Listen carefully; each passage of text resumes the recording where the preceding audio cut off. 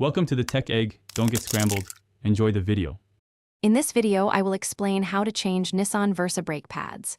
First, ensure you have all the necessary tools, including a jack, lug wrench, and your new brake pads.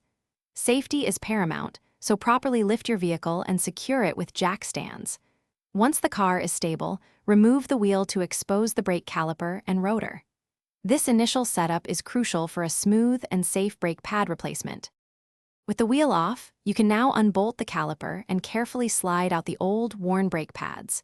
Take a moment to inspect the rotor for any deep grooves or damage. If present, consider replacing it. Next, thoroughly clean the caliper bracket and guide pins using a wire brush to remove any rust or debris. Applying a thin layer of high-temperature grease to the guide pins ensures smooth operation and prevents seizing. Now, carefully insert your new brake pads into the caliper bracket, making sure they sit correctly. Reinstall the caliper, tightening the bolts to the manufacturer's recommended torque specifications for safety. This step is critical for proper braking performance. Finally, mount the wheel back onto the vehicle, tighten the lug nuts, and safely lower your car from the jack stands.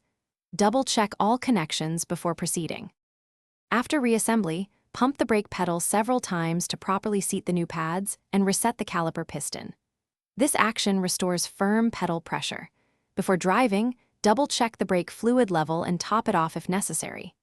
Then, take a cautious test drive in a safe area, listening for any unusual noises and ensuring the brakes feel responsive. For more great tips and deals, including a book that can truly change how you think about money, check the description below. Thanks for watching. Consider subscribing if I helped unscramble your problems.